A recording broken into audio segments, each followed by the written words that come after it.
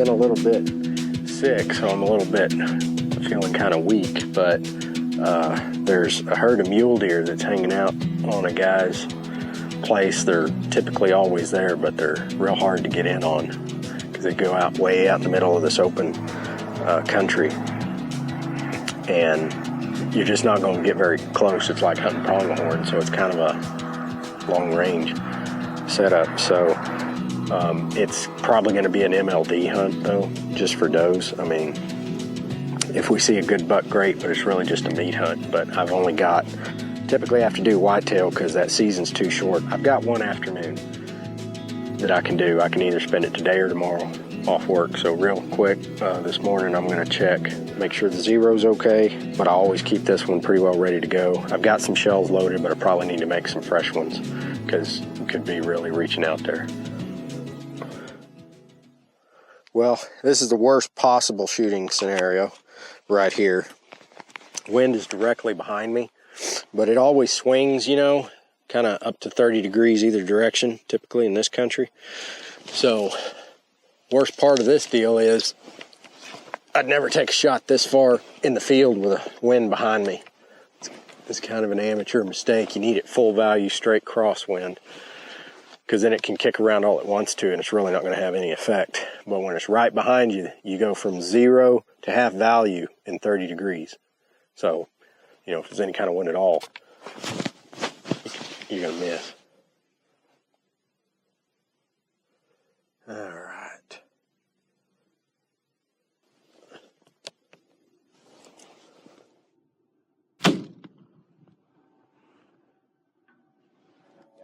Ha! First shot.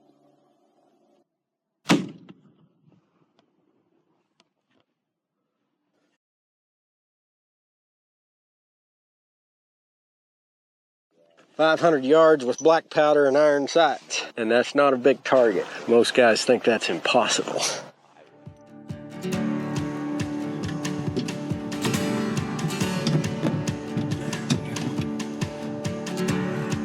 Okay, we're in the air. Tracy actually called me.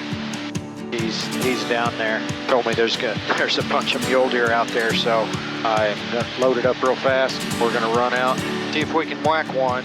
It is currently 1:30. I still kind of left a mess at home, but we can run down here and be back hopefully by dark. Either right at dark or just after. And have a nice, yummy mule deer doe. Who knows, maybe there'll be a buck out there. So we're 3 minutes away. Start thinking about how to circle. The wind's pretty light, so I don't really care if it winds up being a crosswind. I'm gonna land in an area that I think is pretty sneaky. I'm basically gonna land next to an old ranch house, kind of near the main road, because those mule deer, there'll be a ways, you know, back in there off of that. So, and I can just sneak in there, and if I can just get within a few hundred yards of them, we should be good. No high lines, no fences. Pull the power out of it. Slip it in.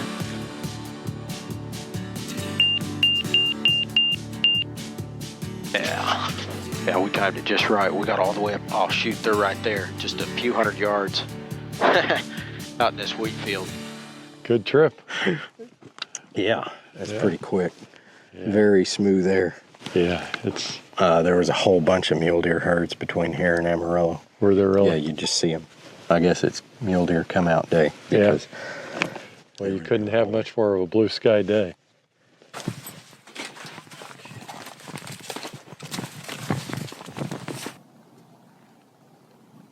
How many of them are out there? Earlier there were 30. I think there's probably still a pretty good number, 30. Wow.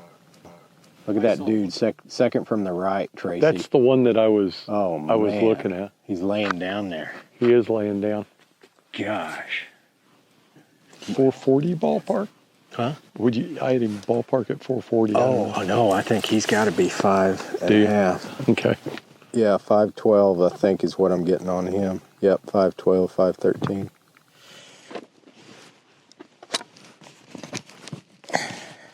Hope this is the magic bullet. That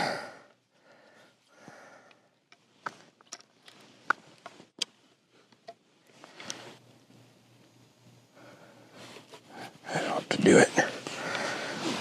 Yeah, he's already getting nervous. Yeah.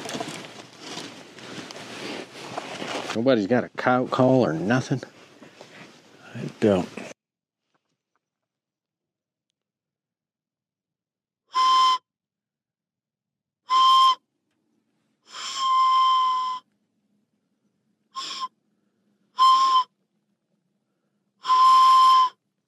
It's got some of them looking, doesn't it? Yeah, it does. Some of them turn their head.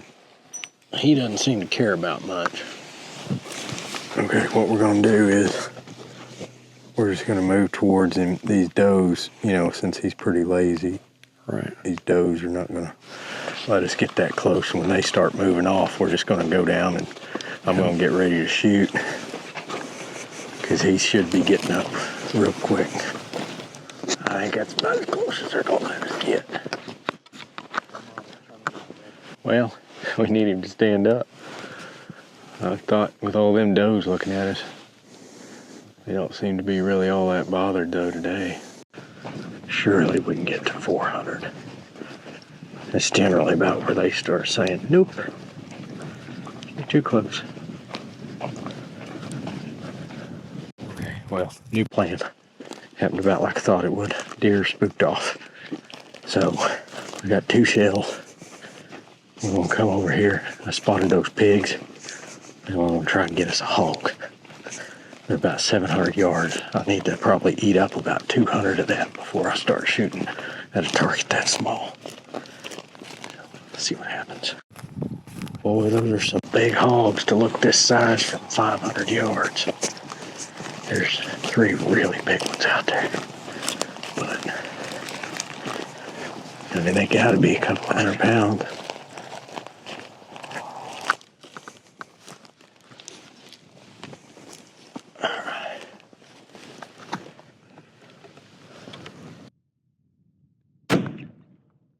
Alright, we dropped her. Sow down. Yeah.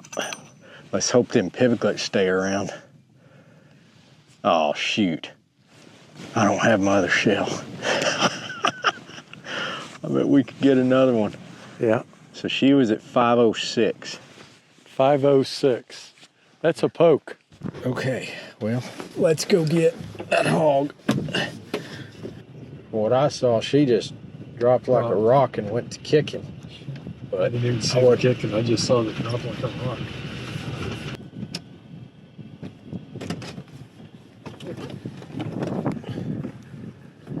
Yeah, she's 200 pounds. Ooh. Yes, sir.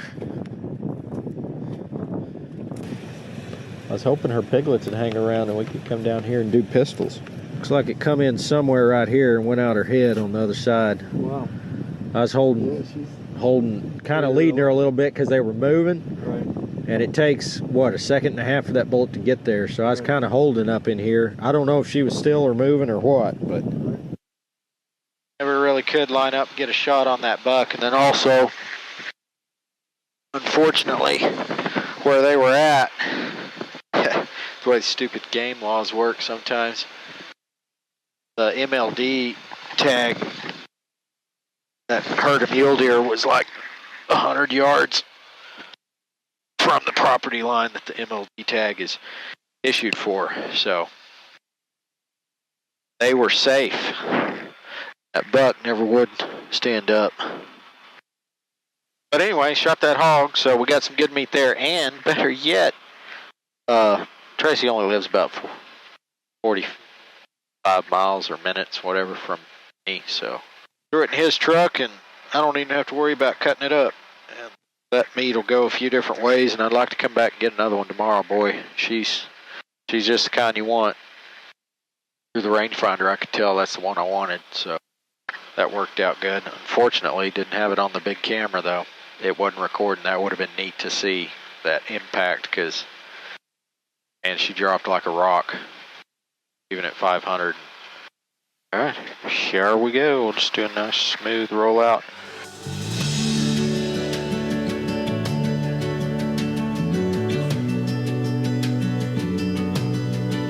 Man, what a neat afternoon. Oh, there's a whole other herd way over here in this field. So yeah, they was about 100 yards safe, the does were. They'd have to be over on another piece of property for the depredation tag to be valid. So, well, bummer. Guess that's the way it goes though. That buck. First I was afraid he was shot because of the way he was holding one of his legs, but it looked like, you know, it was that bruising they get from fighting. Still no traffic observed at... You know, from fighting. They get poked. I've seen some nasty war wounds from that because we got to look at all three sides of them. And yeah, it wasn't a bad type of injury, but he just doesn't like walking too much. So he'd just follow the doe, set right down the middle of them. Follow, set right down. He wouldn't get up and eat with them, and try to get too close, and they just move off. So at least got a hog. Come back and get another one of those once work lightens up a little bit.